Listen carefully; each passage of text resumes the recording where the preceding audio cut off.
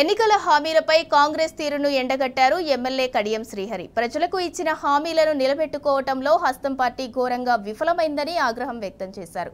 కొత్త పథకాలపై క్లారిటీ లేకపోగా ఉన్న పథకాలను ఊడగొట్టే ప్రయత్నం చేస్తున్నారని దుయ్యబట్టారు. దళిత బంధును సైతం పక్కన పెట్టడం దుర్మార్గమన్నారు. అన్నదాతలకు రైతు బంధు ఎందుకు ఇవ్వటం లేదని నిలదీశారు. మోసం చేయటమే కాంగ్రెస్ నైజమని ఆయన మండిపడ్డారు. సీఎం రేవంత్ రెడ్డి ఏదైనా మాట్లాడే ముందు తగిన బ్రీఫింగ్ తీసుకోవాలని కడియం హితవు పలికారు. కొత్త సంక్షేమ పథకాలను ప్రజలకు అందించకపోగా గత ప్రభుత్వం ఇచ్చిన సంక్షేమ పథకాలను పెంచి ప్రజలకు ఇవ్వడంలో పూర్తిగా విఫలమైన కాంగ్రెస్ ప్రభుత్వము గత ప్రభుత్వం అందించిన సంక్షేమ పథకాలను నిలుపుదల చేసే ప్రయత్నం, రద్దు చేసే ప్రయత్నం చేస్తున్నది. ప్రధానంగా ఇల్లు లేని నిరుపేదలందరికీ పక్కా ఇళ్ల నిర్మాణం చేయాలనే ఉద్దేశంతో ప్రవేశపెట్టిన గృహలక్ష్మి పథకాన్ని నిలిపివేస్తూ 30 డిసెంబర్ 2023న రాష్ట్ర ప్రభుత్వం ఉత్తర్వులు జారీ చేయడం జరిగింది. కొత్త సంక్షేమ పథకాల సంగతి దేవుడు ఎరుగు. ఉన్న సంక్షేమ పథకాన్నే పీకివేసే ప్రయత్నం కాంగ్రెస్ ప్రభుత్వం చేస్తున్నది. దళిత బంధుకు సంబంధించి లబ్ధిదారుల ఎంపిక పూర్తి అయింది. దానికి సంబంధించిన వెరిఫికేషన్ కూడా పూర్తి అయింది. దళిత బంధును కూడా ఆపేయమని ఆదేశాలు ఇచ్చారు. దళిత బంధు ఆపేశారు. రైతు బంధు ఇంతవరకు సరి అయిన మార్గదర్శకత్వం లేక, ప్రభుత్వం నుంచి సరి అయిన దిశానిర్దేశం లేక, ముమ్మరంగా వ్యవసాయ పనులు జరుగుతున్న ఈ రోజులలో రైతుకు పెట్టుబడి సహాయం అవసరం ఉన్న ఈ సమయంలో రైతు బంధు రైతులకు ఇచ్చే విషయంలో జాప్యం జరుగుతున్నది. ఈ రోజు వరకు కూడా 1 ఎకరానికి కూడా పూర్తి స్థాయిలో రైతు బంధు రైతుల ఖాతాలలో జమ కాలేదు. డిసెంబర్ 9న ఇందిరమ్మ రాజ్యం తెలంగాణలో కొలువు తీరుతున్నది. రైతులు తీసుకున్న పంట రుణాలను 2 లక్షల రూపాయల వరకు మేము మాఫీ చేయబోతున్నాం. తొలి సంతకం అదే అని చెప్పారు.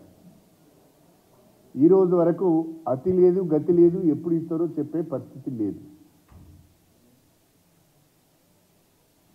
ఇంకొక మాట చెప్పారు, రైతులు మీరు తొందరపడి మీ వరి ధాన్యాన్ని అమ్ముకోకండి. డిసెంబర్ 9న మా ప్రభుత్వం వస్తున్నది. మా ప్రభుత్వం అధికారంలోకి రాగానే క్వింటల్కు మద్దతు ధరతో పాటు 500 రూపాయల బోనస్ ఇచ్చి మేము వడ్లు కొనుగోలు చేస్తామని చెప్పారు. అది కూడా అమలుకు నోచుకోలేదు. ఏమైనా పర్వాలేదు, ఏ మాట అయినా చెప్దాం, ఏ హామీ అయినా ఇద్దాం, అధికారంలోకి మాత్రం రావాలి. అధికారంలోకి వచ్చిన తర్వాత జరిగేది జరుగుతుంది. ఏదో రకంగా చెప్పి తప్పించుకోవచ్చు అనే ఉద్దేశంతోనే విపరీతమైన హామీలు ఇచ్చినట్టుగా కనిపిస్తున్నది. ప్రజలను మోసం చేసినట్టుగా కనిపిస్తున్నది. ఫార్మాసిటీని రద్దు చేస్తున్నామని ప్రకటించారు. దానితో భూముల ధరలు, ఆ ఫార్మాసిటీ చుట్టూ ఉన్న భూముల ధరలన్నీ గణనీయంగా పడిపోయినాయి. మళ్ళీ ఏ రకమైన ఒత్తిడి వచ్చిందో తెలియదు కానీ ఫార్మాసిటీని రద్దు చేయడం లేదని చెప్పారు. మెట్రో రైల్ అలైన్మెంట్ మార్చుతున్నామని చెప్పారు. అసలు మొత్తమే ఆ అలైన్మెంట్నే రద్దు చేస్తామని చెప్పారు. మళ్ళీ ఏం జరిగిందో తెలియదు కానీ అదే అలైన్మెంట్తోని మెట్రో రైలు వస్తుందని చెప్తున్నారు.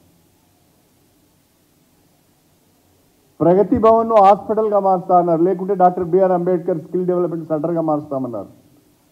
కానీ ప్రగతి భవన్ను ఇవాళ మంత్రులు నివాసంగా మారింది. ముఖ్యమంత్రి గారు నాగ్పూర్కు వెళ్ళి కాంగ్రెస్ పార్టీ ఆవిర్భావ సభలో ఒక మాట మాట్లాడారు.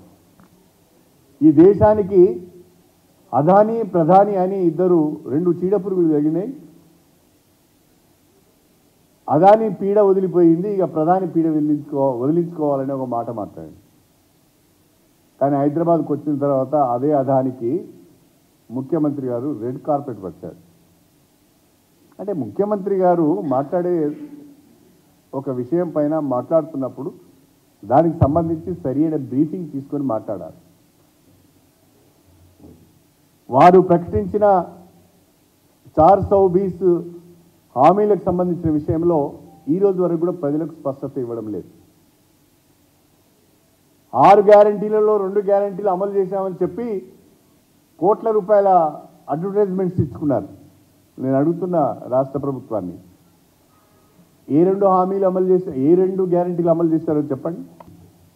కాంగ్రెస్ పార్టీ యొక్క మేనిఫెస్టోను చూసి కాంగ్రెస్ పార్టీ సోషల్ మీడియాలో చేసిన ప్రచారాన్ని నమ్మి మెరుగైన సంక్షేమ పథకాలు, మెరుగైన అభివృద్ధి జరుగుతుందేమని ఆశపడి ప్రజలు ఓటేసి గెలిపిస్తే ఇప్పుడు ఆ ప్రజలకే మొండి చేయి ఈ ప్రభుత్వం చూపిస్తున్నది. ఏ ఒక్క అభివృద్ధి కార్యక్రమం పైన కానీ, ఏ ఒక్క సంక్షేమ పథకం పైన కానీ ఈ రోజు వరకు కూడా స్పష్టత ఇవ్వడం లేదు. కాంగ్రెస్ పార్టీ మొదటి నుంచి కూడా ఎన్నుకున్న ప్రజలను మోసం చేయడమే దాని నైజం. కాంగ్రెస్ పార్టీ ఎన్నికలకు ముందు ఒక మాట, ఎన్నికల తర్వాత మరొక మాట మాట్లాడడం దాని నైజం, దాని విధానం. అదే ఈరోజు తెలంగాణలో జరుగుతున్నది. ప్రజలు గమనించాలని చెప్పి మేము కోరుతున్నాం.